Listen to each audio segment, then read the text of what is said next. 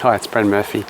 Today I'm talking about backsliding, or getting into a plateau or a rut when you start to go backwards or lose momentum and you're sort of feeling complacent or jaded, or as though you're in a bit of a funk and you're at a point where you're reconsidering your options or considering changing paths.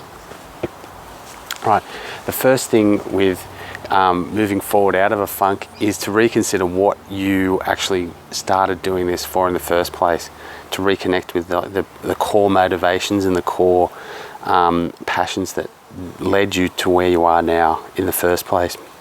Because often that's you can lose sight of what you actually really love doing, about what the stage you're at, and you get caught up in some side project or some admin or some distraction or a bit of conflict, and you can really lose passion and the connection that originally got you here.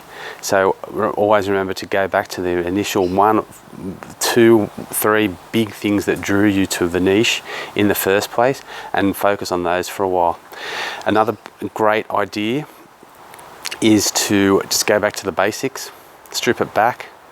What I do when I hit a funk with training or exercise is I will say, for the rest of this month, I'm just going to stick it out and go and just do the Monday, Wednesday, Friday, Saturday, just do those basic routines, not think about it, not trying to think new, not trying to step it up or be creative or explore any other avenues, just to actually pull back, hunker down and just maintain the routine. That's a massive tip, to just keep going through those funky periods and just ride it out. So you're not actually reacting, you're not sort of thinking up a new way to sort of skin a cat or to do an old process. What you're doing is you just hunker down and just keep going even harder. So it's a way of riding through how you're feeling at this moment, and instead focusing on the bigger picture. Okay, so you're backing off from being led or dominated by the emotions and feelings that can come and go. Like when you're tired, you'll feel like giving in or retreating more. In the afternoon you will. Late at night you'll feel it. So just to have the awareness, late at night, like after 9 o'clock, isn't a good time to assess where your project is at, or have a strategy meeting. Okay, bottom line is, it's the best time to do that is in the morning, is to have strategy meetings. When you're planning out your day, when you're planning out your week or your month or your year, that is a morning thing, when the energy is coming into the day.